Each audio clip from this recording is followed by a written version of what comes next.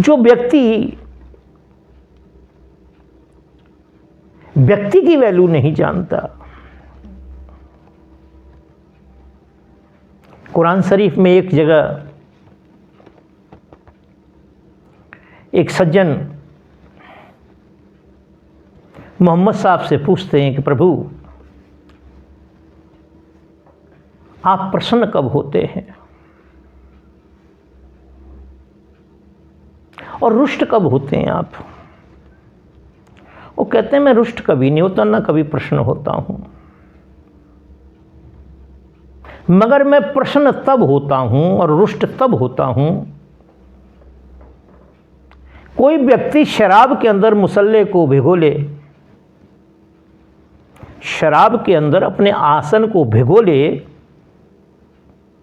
और दुनिया में जितने भी बुरे कर्म हैं सब करे, मुसल्ले को शराब में भिगो करके भी नमाज पढ़े, मैं उसे माफ़ कर देता हूँ, मैं उस पर प्रसन्न हो जाता हूँ। मगर जो किसी के दिल को दुखाता है ना, मेरे वो क्रोध का कारण बनता है। जो किसी के दिल को दुखाता है, ये भी संगत की बात है। तो बंधुओं, संगत का बहुत बड़ा प्रभाव है। बड़े बड़े डाकू संत बन गए, और वो संत बने जो वास्तव में नाम है आज स्वामी हरिदास जी। बंदरा में बड़ा नाम है उनका।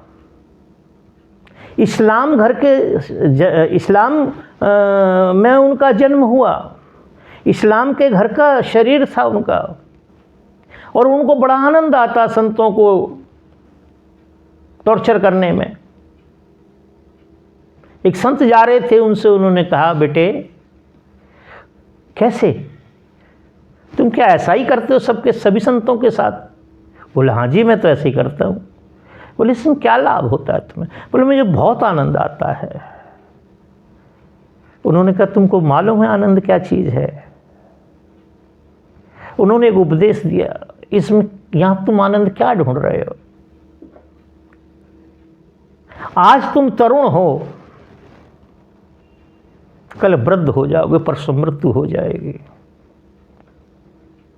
आज प्रश्न हो, आज आपके पास सारे संसाधन हैं, कल कोई आपके संसाधनों को लूट लेगा, छीन लेगा, तो आप प्रसन्न हो जाएंगे। जहां प्रसन्नता और अप्रसन्नता होती है, खुशी और गम होता है, सुख और दुख होता है,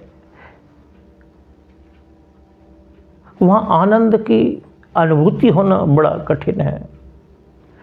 ऐसा बाण लगा उनके हृदय में, उनके साथ साथ हो लिए। जब काफ़ी दूर तक चले गए तो संत ने देखा एक बच्चा पीछे चला आ रहा है। उन्होंने पूछा, बेटे कहाँ आ रहे हो? बोले आनंद की ढूंढ के लिए आ रहा हूँ मैं, आनंद की खोज के लिए आ रहा हूँ मैं आपके साथ ही चलूँगा। बहुत कुछ समझाया, नहीं माने, पैर पकड़ लिए। संत ले गए, उन्होंने तरीका बताया, और आज हरिदास जी के नाम से मशहूर हो रहे हैं। स्वामी हरिदास जी के नाम से मशहूर हो गए हैं आज। तो क्या था? ये संगत का ही प्रभाव था। जो भी संत आज तक बने हैं, जो भी डाकू बने हैं, जो कुछ भी बने हैं, वो संगत से ही बने हैं। संगत का बहुत प्रभाव होता है। एक सज्जन व्यक्ति दुर्जन हो जाता है, 12वीं कर लेता, +2 कर लेता है, बच्चा बड़ा शरीफ होता है, सारी बात ठीक होती हैं, और जैसे कॉलेज में उसका एडमिशन होता है, कॉलेज में जाता है, अलग तरह की खामियां उसमें पैदा हो जाती हैं। कारण कि वो वहाँ सब हम उम्र के बच्चे होते हैं, और उस उम्र में होते हैं जिस उम्र में उनको एक विशेष चीज़ की आवश्यकता होती है। अज्ञान हावी होता है उनके ऊपर,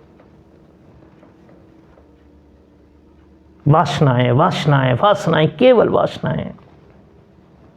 और वहाँ सारे के सारे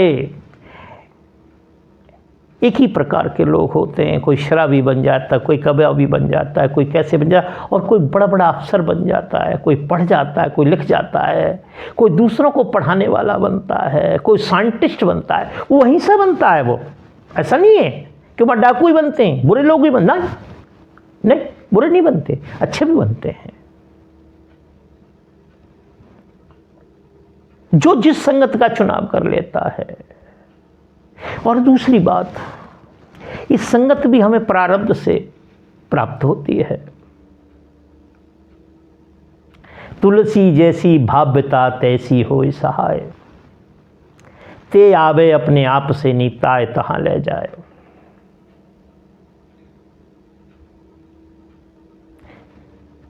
तुलसी पिछले कर्म से, तुलसी पिछले कर्म से हरि चर्चा न सुहाय। तुलसी पिछले कर्म से हरि चर्चा न सुहाय। पिछला हमारा कर्म है, अच्छे लोगों की बात अच्छी नहीं लगती है, बुरे लोगों की अच्छी बात लगती है। अच्छे लोगों की बात अच्छी नहीं लगती है, और जब तक वो कर्म नहीं बीतता तब तक अच्छे लोगों की संगत अच्छी नहीं लगती। तुलसी पिछले कर्म से हरि चर्चा न सुहाय। और जब तक पिछले कर्मों का, आपका कर्म का जो फल है, जब तक आप भोग नहीं लेते तब तक नहीं होता।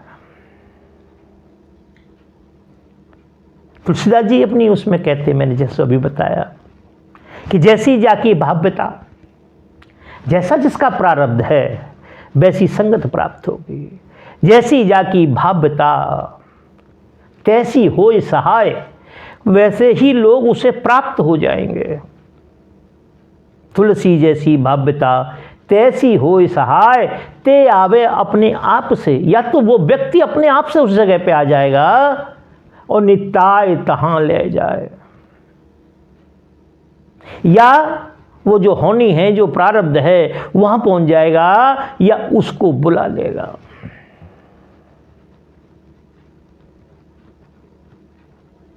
कारण परमेश्वर का निजाम, परमेश्वर का कानून, उस मालिक का सिद्धांत। परमेश्वर किसी को कुछ नहीं देता, अच्छा बुरा। हमारे कर्मों के आधार पे हमारा प्रारब्ध बनता और अगला जन्म हो जाता है। तो संगत से बड़ा प्रभाव पड़ता है। सभी संतों ने कहा है, किसी एक संत ने नहीं कहा,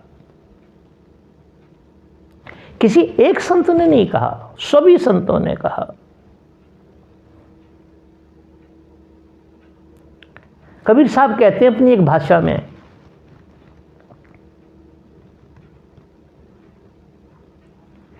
अपनी एक भाषा में कहते हैं कि कोई भी व्यक्ति कैसा भी हो,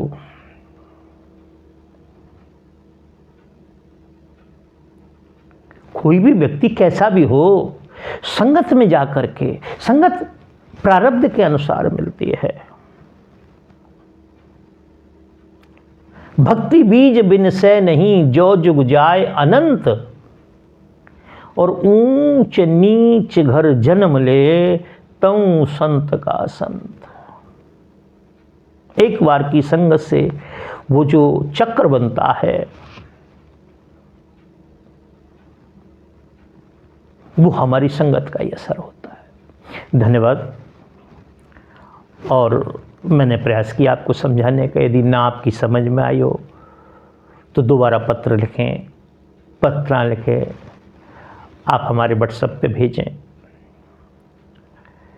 और मैं तो यही कहूँगा, मैंने सुना है